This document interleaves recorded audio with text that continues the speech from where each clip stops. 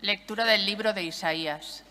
El Señor me dijo: Tú eres mi siervo, de quien estoy orgulloso. Y ahora habla el Señor, que desde el vientre me formó siervo suyo, para que le trajese a Jacob, para que le reuniese a Israel. Tanto me honró el Señor, y mi Dios fue mi fuerza. Es poco que seas mi siervo y restablezcas las tribus de Jacob y conviertas a los supervivientes de Israel. Te hago luz de las naciones para que mi salvación alcance hasta el confín de la tierra. Palabra de Dios. Te alabamos, Señor.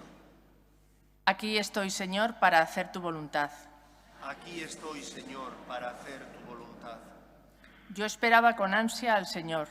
Él se inclinó y escuchó mi grito. Me puso en la boca un cántico nuevo, un himno a nuestro Dios. Aquí estoy, Señor, para hacer tu voluntad. Tú no quieres sacrificios ni ofrendas, y en cambio me abriste el oído. No pides sacrificio expiatorio, entonces yo digo: aquí estoy. Aquí estoy, Señor, para hacer tu voluntad. Como está escrito en mi libro, para hacer tu voluntad. Dios mío, lo quiero y llevo tu ley en las entrañas. Aquí estoy, Señor, para hacer tu voluntad. He proclamado tu salvación ante la gran asamblea. No he cerrado los labios, Señor, tú lo sabes. Aquí estoy, Señor, para hacer tu voluntad.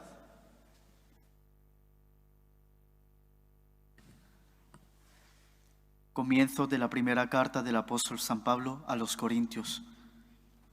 Yo, Pablo, llamado a ser apóstol de Cristo Jesús, por designio de Dios, y Sóstenes, nuestro hermano, escribimos a la iglesia de Dios en Corinto, a los consagrados por Cristo Jesús, a los santos que Él llamó y a todos los demás que en cualquier lugar invocan el nombre de Jesucristo, Señor de ellos y nuestro.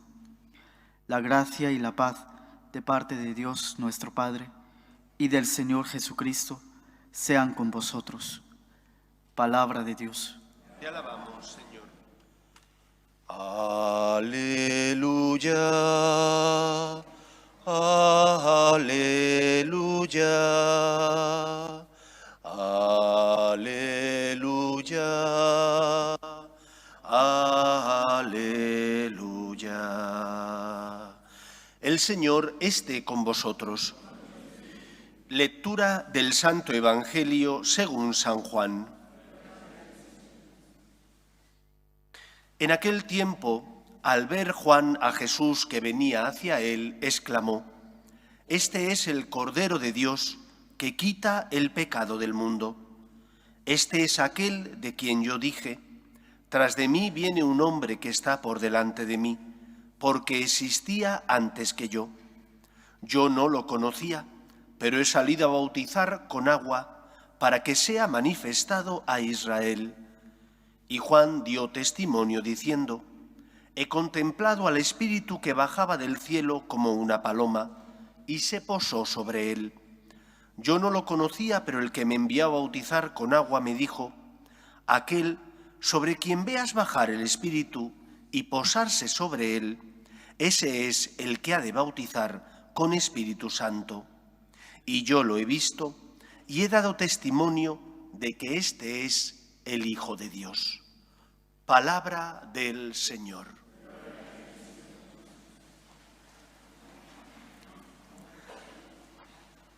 Dicen que la primera encíclica que escribe un papa es, por así decir, como su programa de gobierno.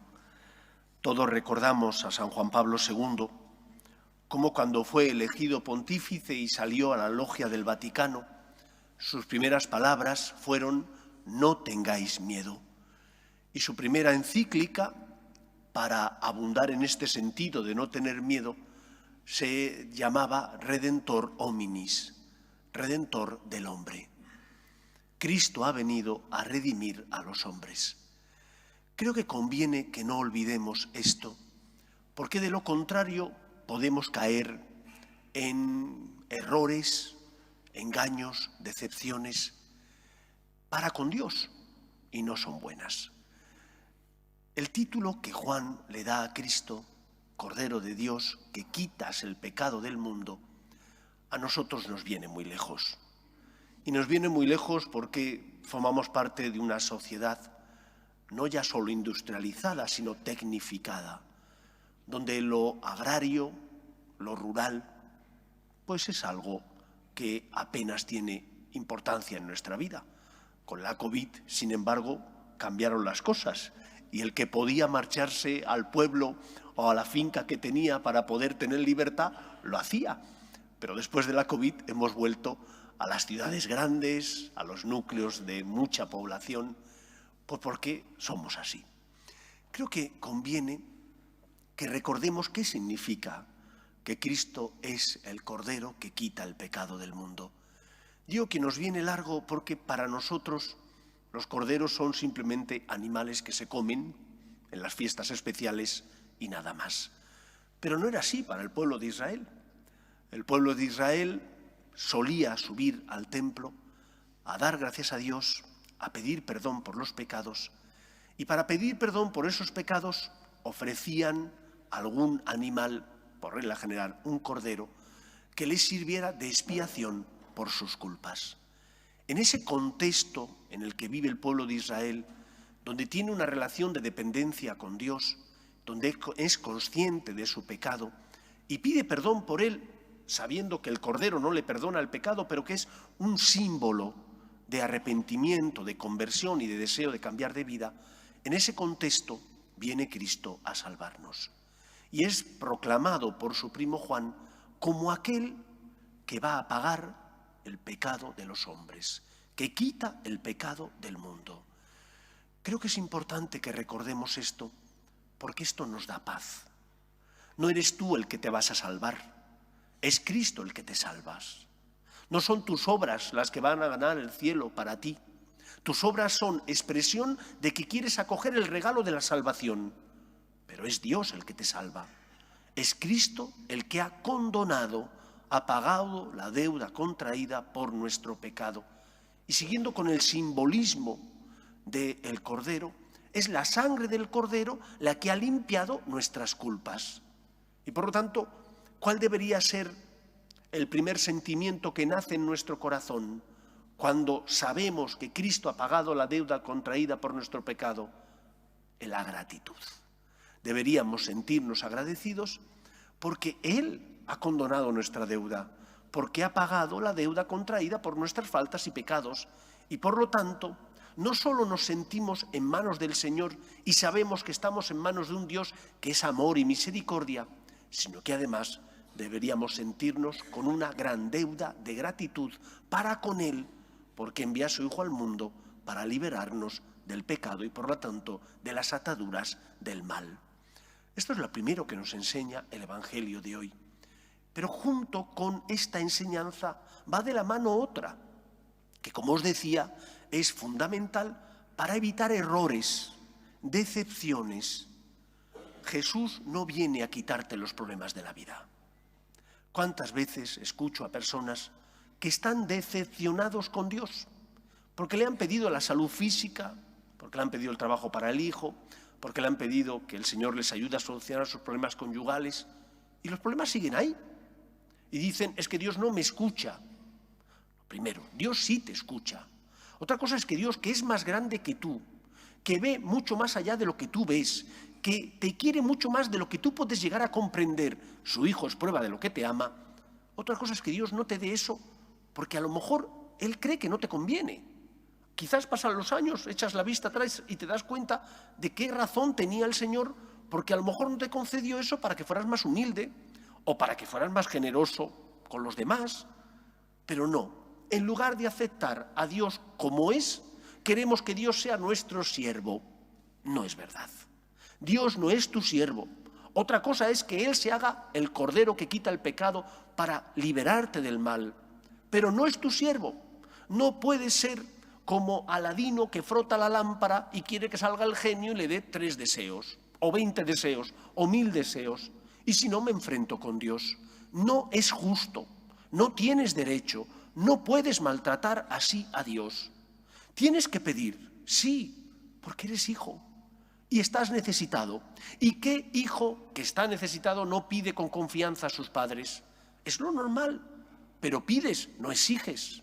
Y si no se te da, en lugar de acabar decepcionado, de rebelarte contra Él, lo que haces es aceptar el misterio de que Dios es mucho más grande que tú y que te ha dado pruebas de que te quiere y te ama.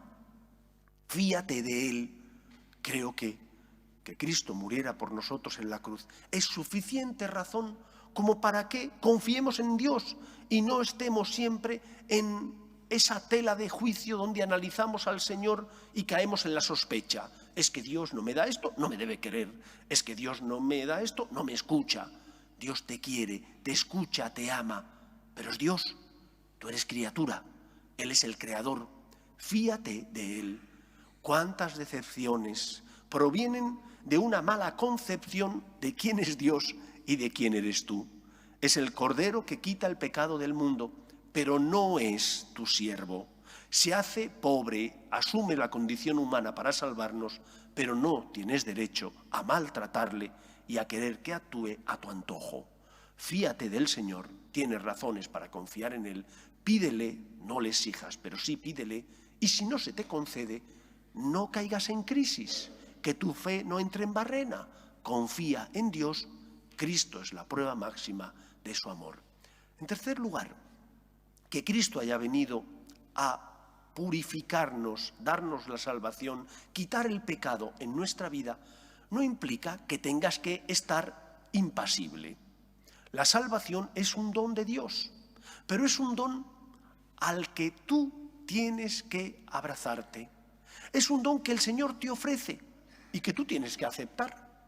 Y aceptar el don de la salvación implica luchar contra el mal, implica confiar en la gracia de Dios. ¿Has caído? ¿Rezas? ¿Te confiesas con frecuencia? ¿Te mortificas ofreciendo al Señor las cruces propias de la vida? ¿O por el contrario quieres que el Señor te quite los pecados, la tentación sin ningún tipo de esfuerzo?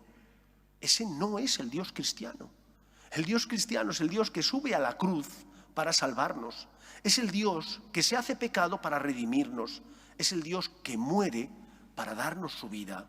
Y por lo tanto nos enseña que el cristiano tiene que reproducir la forma de vivir y de amar de Cristo. Y eso implica aceptar la cruz. A veces esa cruz es la enfermedad. En otras ocasiones esa cruz es pedir perdón y ser generoso. En muchos momentos esa cruz significa saber que soy débil y que me tengo que fiar del Señor. Y en otros momentos esa cruz implica no solo luchar contra el pecado, mi pecado personal, sino también perdonar a los demás pecadores.